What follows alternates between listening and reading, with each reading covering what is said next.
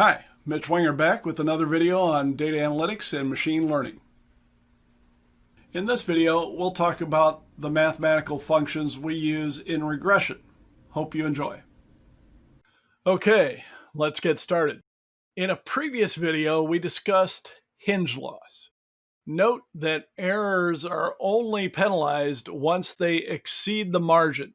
In this case, that margin is 5 units from the decision boundary. After that, the penalty increases with distance. Now, we can compare this with a 0-1 loss, where we simply penalize any wrong selection the same amount, 1. Of course, we want to penalize bigger errors more. So let's think about squared error. This approach applies a penalty that is the square of the distance from the decision boundary. This approach assesses exponentially larger penalties as the value of the error increases. And at this point, we can think about, well, why did we choose to square the error? If we really want to penalize larger errors more, well, why not cube the error or take the fourth power, etc.? Or for that matter, we could just take the absolute value of the error and try to minimize that sum as well.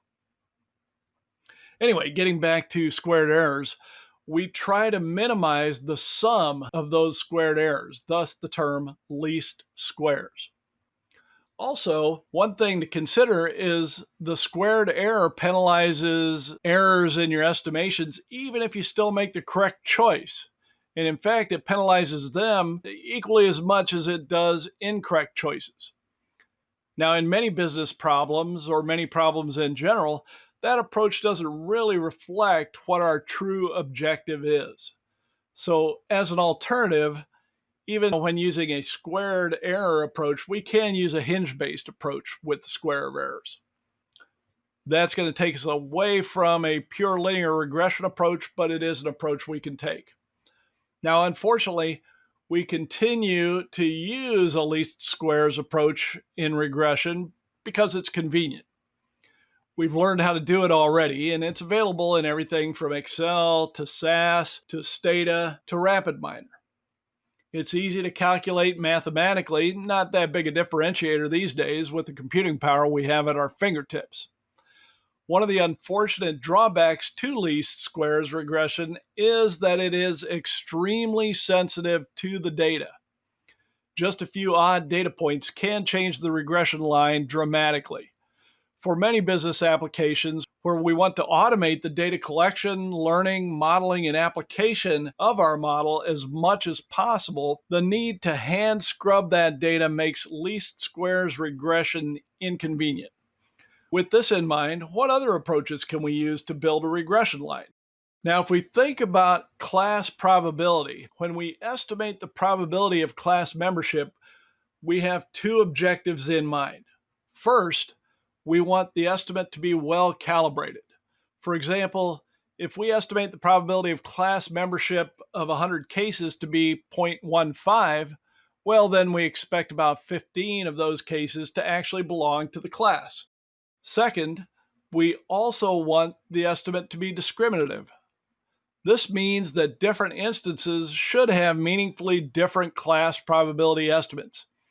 If we don't discriminate between different instances, we're likely just to use our base rate to estimate class membership for all instances, no matter where they are situated in our data space. Now, achieving both objectives can be difficult in situations where the positive class is expected to be very small. So if we consider fraud, disease diagnosis, and the like, they all fit into this category. If the expected rate of fraud is 0.001, well, we can predict 0.1% likelihood of fraud for all transactions. That would be our base rate.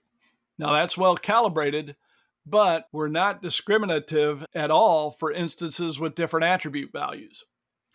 In situations like fraud and disease diagnosis, we want to focus not only on the probability of a positive case, but also the potential stakes. For fraud, we want to focus on high probability fraud transactions with the highest potential monetary loss, whereas in medical diagnosis, we want to focus on high probability cases with the most severe outcomes. In essence, your data mining model can assist with the triage process in identifying where to focus additional efforts. Now back to regression. How can we estimate the probability, which ranges from 0 to 1, using a linear function that can range from negative infinity to infinity? Introducing logistic regression. So, what is logistic regression? At its core, logistic regression is a linear regression of the log odds of the positive class, our class of interest, and we convert that into a probability. If you think of probability in terms of odds, like you might see at the horse racing track, you can calculate the natural log of those odds using the natural log E.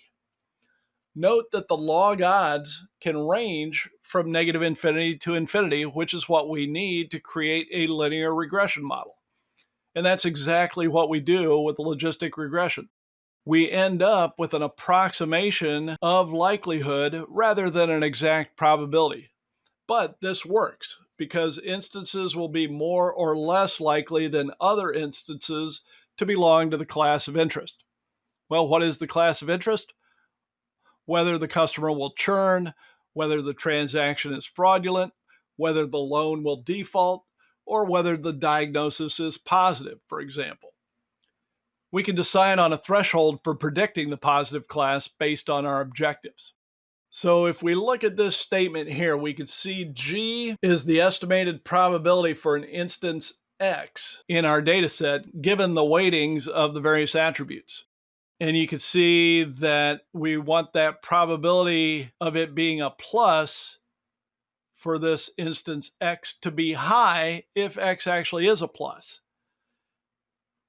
And therefore 1 minus probability of plus for X is going to be a small number. So if G gives us that model's estimated probability for an instance X in our data set with those regression weights that we represent with the W, we can simply plug in different values for those regression weights and add up all the G's for all instances in the training data set. And then we can compare those models with the different weights, and the model with the highest sum of G's is our maximum likelihood model. And it's our maximum likelihood model because it gives us the highest probabilities for our positive cases and the lowest probabilities for our negative cases. So here we're able to make a regression, a linear regression of the log odds, convert those log odds back into a probability, and then predict the class of our instance.